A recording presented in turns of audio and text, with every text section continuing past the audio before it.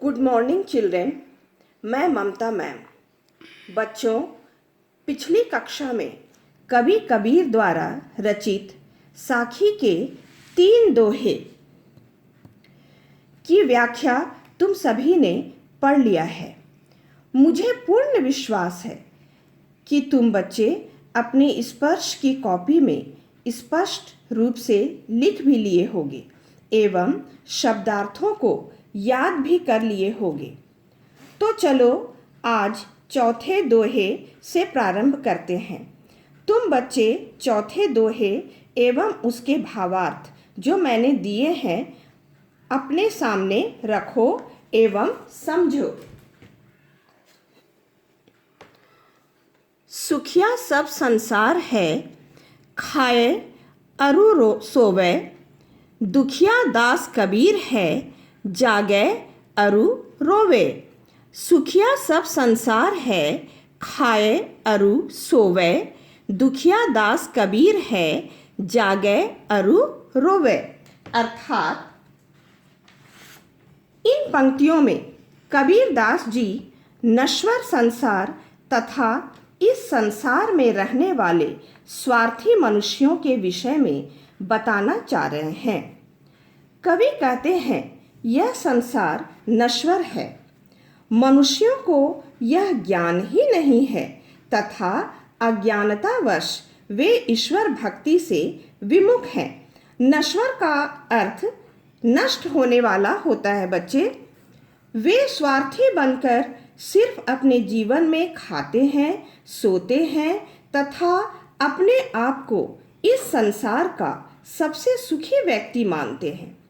कवि कहते हैं मैं इस नश्वर संसार के लोगों की अज्ञानता को देखकर अत्यंत ही दुखी हूँ तथा उनकी इस अवस्था को देखकर मैं दिन रात जाग रहा हूँ और रो रहा हूँ।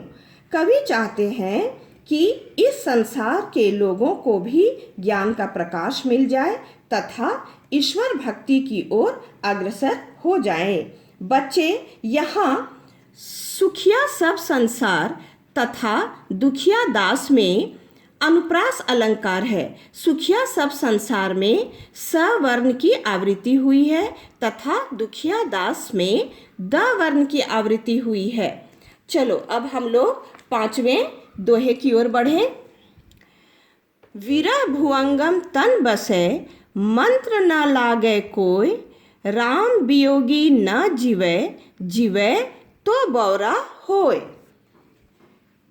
इन पंक्तियों में कबीर दास जी ईश्वर भक्ति के महत्व को दर्शाना चाह रहे हैं।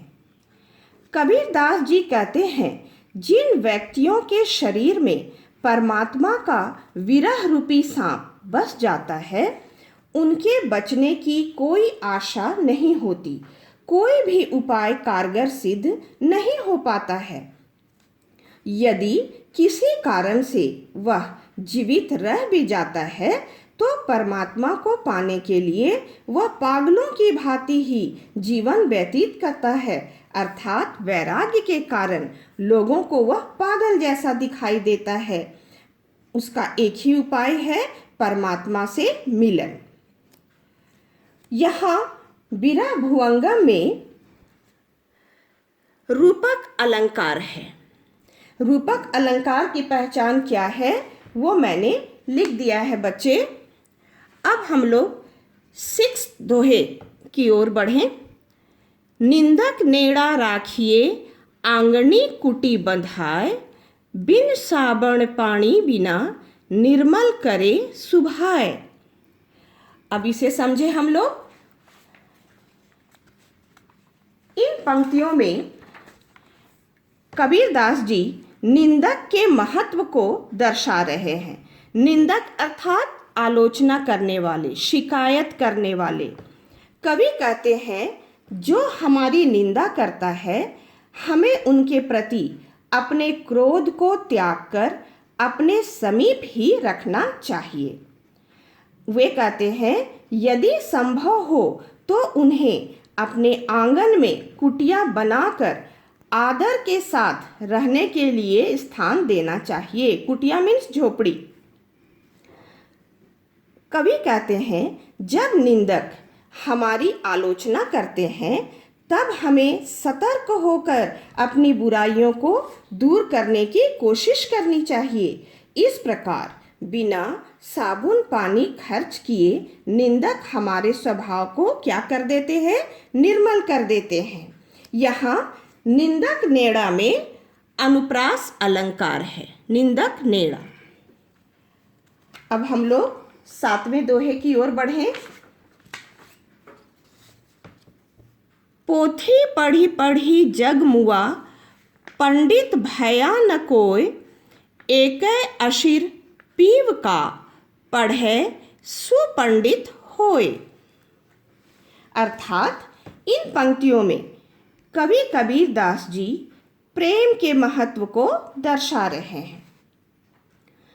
कवि कहना चाहते हैं, इस संसार में कई लोग मोटे मोटे ग्रंथों को पढ़ते हुए मृत्यु को प्राप्त हो गए, किंतु उनके हृदय में वास्तविक प्रेम अर्थात ईश्वर प्रेम न पनपने के कारण वे विद्वान नहीं बन पाए, ज्ञानी नहीं बन पाए। कवि के अनुसार जो व्यक्ति एक ही अक्षर प्रेम का पढ़ लेता है अर्थात परमात्मा को, ईश्वर को जान लेता है, वास्तव में वही सच्चा ज्ञानी कहने योग्य होता है। अब हम लोग अंतिम दोहे की ओर बढ़ें। हम घर जाल्या आपना, लिया मुराड़ा हाथी, अब घर जालों तास का, जे चले हमारे साथी। अर्थात कवि के अनुसार ईश्वर रूपी ज्ञान के प्रकाश का हमारे जीवन में अत्यंत ही महत्व है। कवि कहते हैं, मैंने विरह और भक्ति से जलती हुई मशाल को हाथ में लेकर अपने घर को जला दिया है। यहाँ मुराड़ा का अर्थ है जलती हुई लकड़ी या मशाल, अर्थात वो यहाँ अपने घर को जलाने की जो बात कर रहे हैं बच्चे, वो घर नहीं जला, इसका अर्थ है सांसारिक वासनाओं को नष्ट कर देना। यहाँ घर जलाने का अर्थ है सांसारिक मोह माया को नष्ट कर डालते हैं। वो कहते हैं, अब मेरे अंदर ज्ञान का प्रकाश प्रकाशित हो रहा है। आगे कवि कहते हैं, अब जो भी भक्त मेरे साथ भक्ति के मार्ग पर चलने के लिए तैयार हो, मैं उनका भी घर जला दूंगा। अर्थात वो कहते हैं कि मेरे साथ भक्ति के मार्ग पर जो चलने के लिए तैयार हो जाएं, मैं उनका भी घर जला दूंगा। उनका कहने का क्या आशय है यहाँ पर बच्चे? उनके मन में भी सांसारिक वासनाओं अर्थात सांसारिक मोह माया के प्रति विरक्ति जगा दूंगा। विरक्ति का अर्थ है अलगाव, तथा ईश्वर भक्ति रूपी ज्ञान के प्रकाश की ओर अग्रसित कर दूंगा। यहाँ घर सांसारिकता का प्रतीक है तथा मशाल ज्ञान का प्रतीक है।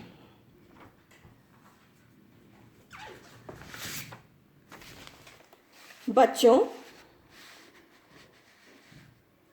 मैंने इस पाठ से संबंधित असाइनमेंट भी तुम लोगों को दिए हैं, जिसे अगली कक्षा तक पूरा कर लेना अपनी स्पर्श की कॉपी में। आज के लिए बस इतना ही। Thank you.